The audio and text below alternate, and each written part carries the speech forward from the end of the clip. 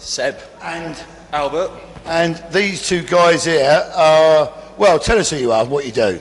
Well, we're a part of a group called Qual, which is kind of a youth-led activist group. And it started about 2 months ago? No, it started actually we weren't involved in the actual inception.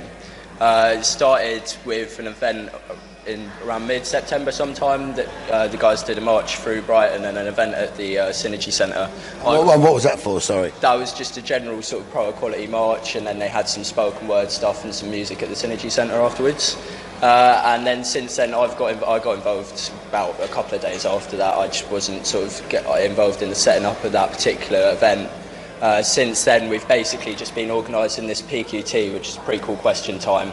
It's a bit of a rip-off, but everything is really, isn't it? I mean, is this just for tonight, or is this going to be an ongoing thing? So we're going to do another one in the new year as well. So we're going to try and keep it ongoing, because we are sort of looking to just motivate people to try and find solutions to issues in our locality. And what's the issue? Sorry, what's the issue tonight we're talking about? So we're covering quite a lot of different stuff, I think. So obviously in Brighton at the moment, one of the really big things is homelessness, the issue of how, obviously we've got some of the most vulnerable people in our society sleeping in the streets in the winter, and how we can sort of come together to deal with that issue. We're going to sort of touch on the RMT dispute with GTR, which has obviously been a massive issue with people living in the southeast. Which is so actually talking about the trains here, aren't you? Yeah, exactly, yeah, so that's the Southern Rail dispute.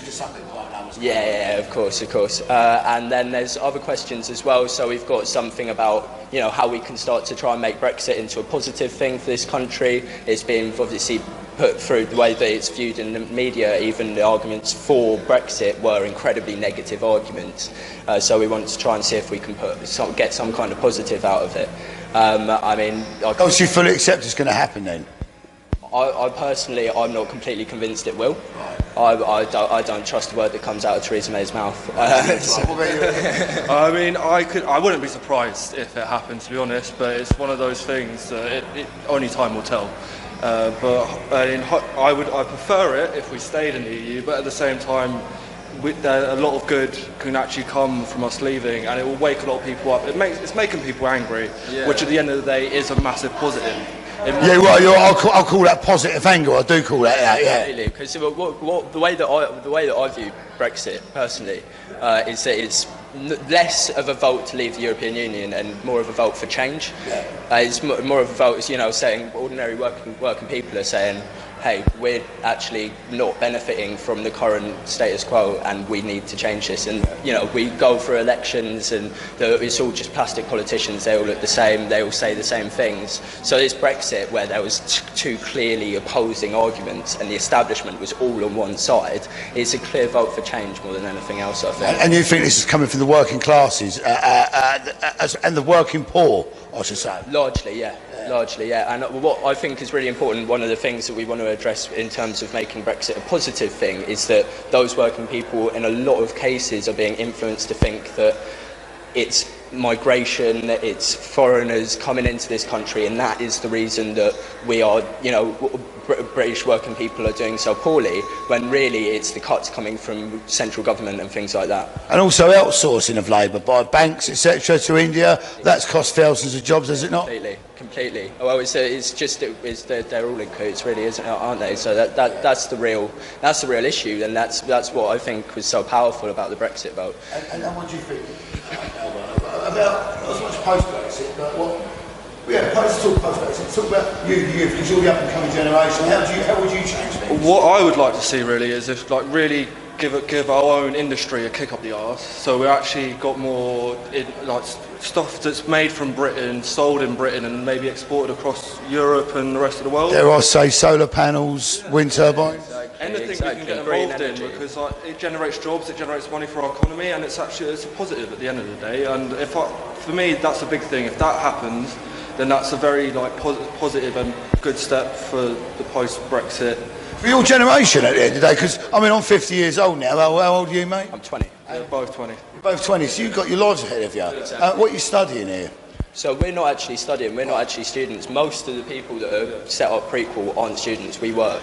Oh, so you're actually working yourself? Yeah, exactly. Doing what sort of work, mate? So I've done all sorts of different things, call centre and all that kind of thing. At the moment, I'm doing like sampling, so giving out free stuff at supermarkets. 0 hours contracts, that's all. Yeah, exactly. £7.20 an hour. £8.11, which is all right. It's pretty good for considering that my partner, she's been on £6.50 an hour for the last 3 years or something. It's a disgrace. Like it's disgusting.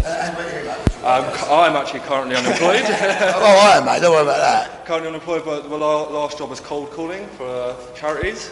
So knocking on people's doors, and was that commission based? I take all completely commission based. So I worked 3 days while I was there, and I didn't make a single sale. So it was 8-hour days, and I made no money at all. What, 24 hours you worked? Yeah, pretty much 24. And not a penny. Not a penny, and then I basically get home at 11, have to go to sleep straight away, wake up at 6 in the morning, and then go straight to work. And it was just, I didn't have a life, and it was horrible. And for no money? Yeah, and more and more people our age are getting, well, in any age, are getting forced to do jobs like that.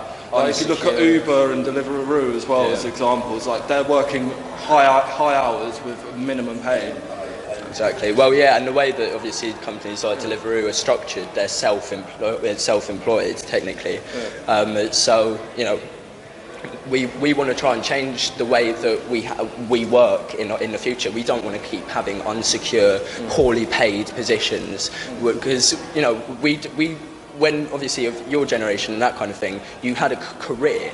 You got to come out of college or uni or whatever. I did an apprenticeship as a bricklayer, but that was there. That's your career. Your career comes out of your apprenticeship. Obviously, there are apprenticeships, and that still happens today. But it's massively sort of. If you look at what the minimum wage on an apprenticeship is, something like £3.20 an hour. That's not enough. It's not enough to do anything. No. And what do you think about internships?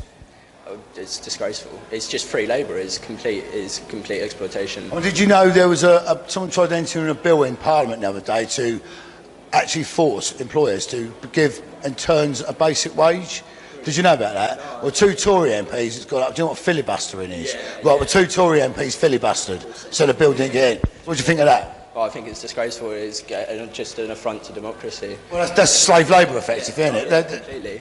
Yeah, completely. It's like workfare or something like that. That's exactly what it's like. They all went through that as well. Exactly. Well, it's really nice to meet you two boys. Yeah, nice to meet you too. And again, tell who you are to the camera. Well, we're Prequel. Seb. Albert, and we're part of Prequel. Yeah, from Prequel. Hopefully you can get involved and help us out in the future. And where can we find you on the internet, Facebook, etc.? So yeah, if you just type in Prequel on Facebook, we'll come up our page, and then we've got. How's that spelled? Sorry, mate. It's just PREQUAL. Oh, okay. It's nice and simple. It's basically just preventing inequality, but it's shortened down. And then you can find us on WordPress. We've got a blog as well. So that's prequelukblog.wordpress.com. Brilliant. And we're also going to be starting a YouTube channel in the next couple of months. Fantastic, and we can link up. We already spoke about this off camera. So that means we can get a wider audience between all of us. Yeah, completely. Because we got you. We'd like to speak to your generation as well as ours. We need to make the bridges. And also, in my opinion, we got people our age need to listen to you. Oh yeah, because you're the future. Yeah, completely. I'm 50. I'm sort of, you know what I mean? But seriously, you're the future, boys. Well, thanks for talking to us anyway. You take care, lads. Okay, so that was the boys from Prequel. I'd just give you some inspiration out there to go out and do this thing yourself. These boys are working people, and they've just had the guts to set up. Sorry, I just saw Sergeant Mark Kennedy there. So they've had the guts to set up their own organisation with which to debate, discuss, and work out solutions to problems that we should all be dealing with at the end of the day, i.e. tonight homelessness. So please, please, please support these people and support us. Yeah.